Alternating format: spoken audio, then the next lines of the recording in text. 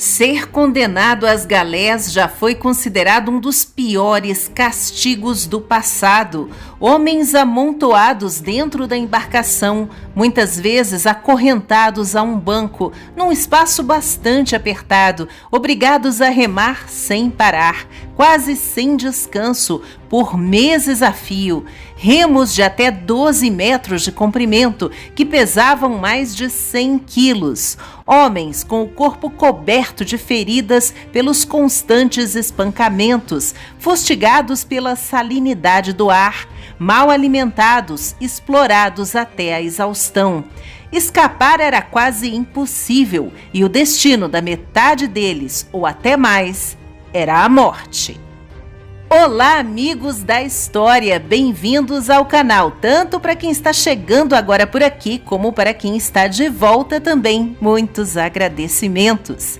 Hoje vamos falar das embarcações a remo, que eram bastante usadas desde a antiguidade em várias civilizações, como nos reinos do Egito e também entre os fenícios cartagineses, principalmente no mar Mediterrâneo. Fosse na marinha mercante ou na marinha de guerra, como as famosas e temidas triremes gregas, fundamentais na vitória sobre os persas. Barcos a remo também formavam a força naval da antiga Roma e, mais tarde, da marinha bizantina ou ainda do Império Otomano. Variando no tamanho, na quantidade de remos e no uso de diferentes tipos de velas para auxiliar na propulsão, essas embarcações tinham todas uma coisa em comum: os braços humanos usados para impulsionar as galés. A história da navegação é marcada pelo trabalho quase sempre forçado desses remadores, como, por exemplo, pelos cativos prisioneiros de guerra, ou por criminosos acusados dos mais diversos crimes, e por homens também considerados hereges, ou por nascidos livres de classes mais baixas que eram soldados profissionais, obrigados por lei a prestar serviço militar em troca de pagamento em ouro ou em troca de terras. Na Idade Média, de um modo geral, remar nas galés podia ser uma atividade de homens livres e chegou até a ser considerada uma profissão honrada. Mas por volta do século XVII, essa situação mudou. Alguns remadores, chamados só de turcos, foram comprados do Império Otomano. A maioria era de muçulmanos, mas alguns eram ortodoxos, e prisioneiros de guerra também eram usados para esse serviço forçado. Mas nunca houve uma quantidade tão grande de escravos de galés quanto nos reinados de Luís XIV e do bisneto dele, Luís XV da França. Uns 60 mil homens foram condenados ao remo. Naquela época, as galés eram exclusivamente para uso militar e, por capricho de Luís XIV, foi construída a maior frota de galés do Mediterrâneo, com 40 embarcações. O conselheiro do rei, Jean-Baptiste Colbert, dizia que o poder das galés é o que melhor caracteriza a grandeza de um príncipe e o que lhe dá mais fama entre os estrangeiros. Mas toda essa fama e esse prestígio foi à custa de muitas vidas e de muito sofrimento.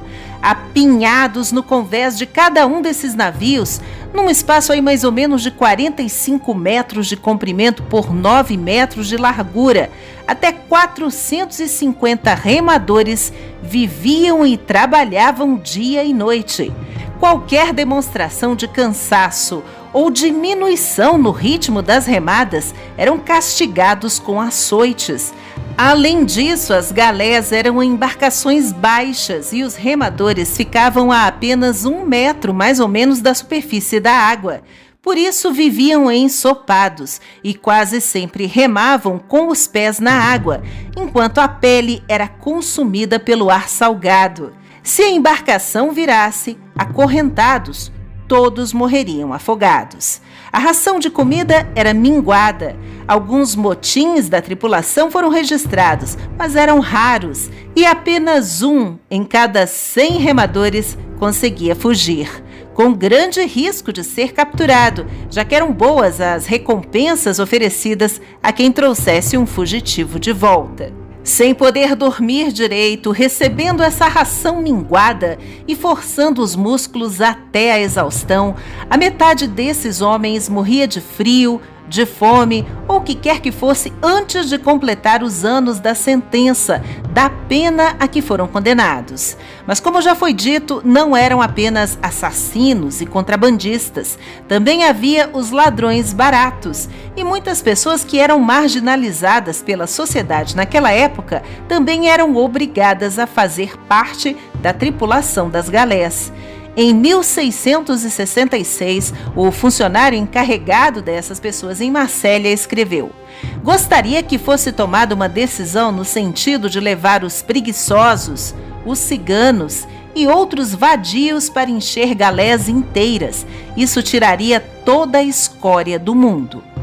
Então, com o pretexto de manter a ordem pública, muitos indigentes foram recrutados à força. E em 1660, até peregrinos poloneses que estavam visitando um santuário na França foram levados para essas embarcações. Gente que às vezes nunca tinha visto uma galé, e muito menos o mar. Havia ainda os desertores do exército, que depois de serem capturados, recebiam uma sentença perpétua de trabalho nas galés. Decepavam o nariz e as orelhas dos fugitivos, marcavam as bochechas com o símbolo da flor de lis e raspavam a cabeça deles. Cerca de 17.000 desertores foram trabalhar nas galés durante as inúmeras guerras de Luís XIV entre 1685 e 1715.